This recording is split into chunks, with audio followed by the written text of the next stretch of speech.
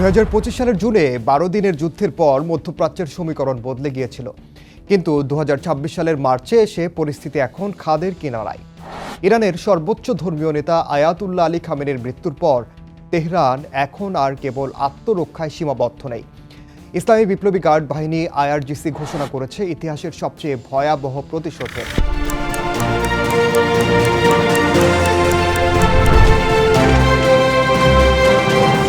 June 2025-এর সেই 12 দিনের যুদ্ধ থেকে ইরান কি শিখেছে, কেন তাদের সামরিক কাঠামো এত জটিল এবং ওপেক বা অস্বচ্ছ, দুবাইয়ের বুর্জ আল আরব থেকে শুরু করে ইসরায়েলের বেত শেমেশ, ইরানি ড্রোন আর মিসাইল এখন কোথায় নেই, কিভাবে ওয়াশিংটন আর তেল আবিবের রক্তচাপ বাড়িয়ে দিচ্ছে ইরানের নতুন সামরিক কৌশল, তাই জানাবো এবারের দৃশ্যপটে। সঙ্গে আছি আমি ওমর ইনান।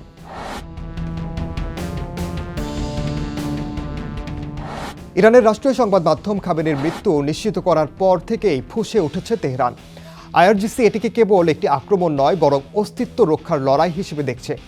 সেনাপ্রধান আমির হাতামি স্পষ্ট জানিয়েছেন, উপসাগরীয় অঞ্চলে মার্কিন ঘাঁটিগুলোতে হামলা অব্যাহত থাকবে। গত শনিবার থেকে শুরু হওয়া এই পাল্টা হামলায় ইরান ব্যবহার করছে তাদের সিগনেচার আইটেম শাহেদ ড্রোন এবং উচ্চগতির ব্যালিস্টিক মিসাইল।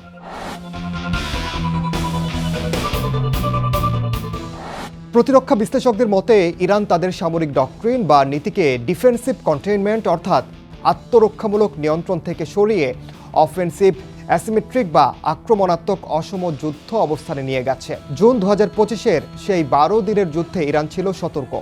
আল উদেদ ঘাঁটিতে হামলার আগে তারা ওয়াশিংটনকে পরোক্ষভাবে সতর্ক করেছিল যাতে প্রাণহানি না ঘটে এবং যুদ্ধ বড় আকার ধারণ না করে। কিন্তু 2026 সালের মার্চে এসে এবার কোনো সতর্কবার্তা নেই।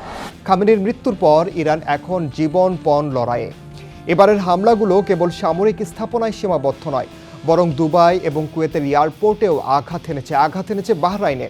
অন্তত 137টি মিসাইল এবং 209টি ড্রোন দিয়ে সংযুক্ত আরব আমিরাতকে তছনছ করে দেওয়ার চেষ্টা ইরানকে এক নতুন রিস্ক অ্যাকসেপ্টিং বা ঝুঁকি নিতে প্রস্তুত শক্তিতে পরিণত করেছে।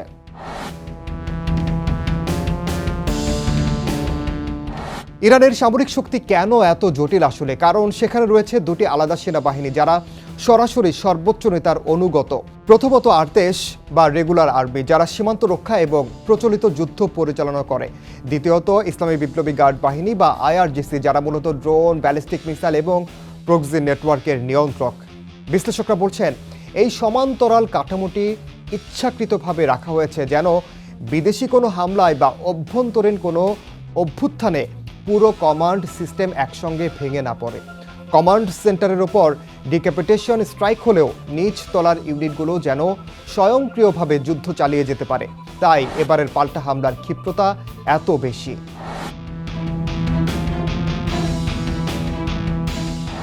ইরানের টিকে থাকার বড় ভরসা হলো তাদের মিসাইল সিটি। মাটির শত শত ফুট গভীরে পাহাড় কেটে তৈরি করা এই গুদামগুলো পারমাণবিক হামলাতেও টিকে থাকতে সক্ষম বলে দাবি ইরানের। বিশ্লেষক জন ফিলিপসের মতে ইরান এখন অ্যাসিমেট্রিক এন্ডুরেন্স কৌশল নিয়েছে, অর্থাৎ তারা প্রথম ধাক্কায় কিছু ক্ষতি মেনে নেবে, কিন্তু তাদের দ্বিতীয় দফায় পাল্টা আঘাত করার সক্ষমতা মাটির নিচে সুরক্ষিত রাখবে।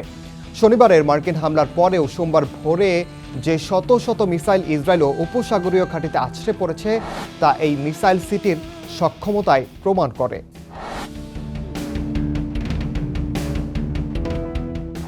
এর মধ্যে ইরান হরমুজ প্রণালী বন্ধ করে দিয়েছে। যুদ্ধের কারণে এই রুটটি কার্যত অচল। লয়েডস লিস্টের তথ্য অনুযায়ী শিপিং ট্রাফিক 81% কমে গেছে। 150-র বেশি বড় তেলের ট্যাঙ্কার এখন সমুদ্রের মাঝখানে নোঙর ফেলে দাঁড়িয়ে আছে। এই রুট দিয়ে বিশ্বের 20 থেকে 30% তেল ও গ্যাস সরবরাহ হয়। এই অস্থিরতা বিশ্ব অর্থনীতিকে কতটা পঙ্গু করবে সেটাই এখন দেখার বিষয়।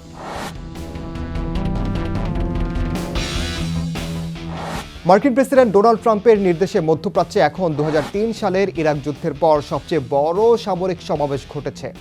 120টিরও বেশি যুদ্ধবিমান F-35, F-22, F-15, career strike group 3 এবং 12 USS আব্রাহাম লিঙ্কন ও USS জেরাল্ড ফোর্ড। ট্রাম্প দাবি করছেন 4-5 সপ্তাহের মধ্যে এই যুদ্ধ শেষ হবে, কিন্তু বিশ্লেষকরা হুঁশিয়ারি দিচ্ছেন ইরান কোনো দেশ নয়, বরং একটি বিশাল নেটওয়ার্ক। হিজবুল্লাহ এবং অন্যান্য সশস্ত্র গোষ্ঠীদের নিয়ে ইরান যদি বছরের পর বছর এই যুদ্ধ চালিয়ে যায়, তবে ট্রাম্পের জন্য এটি একটি এন্ডলেস ওয়ার বা অন্তহীন যুদ্ধে পরিণত হতে পারে।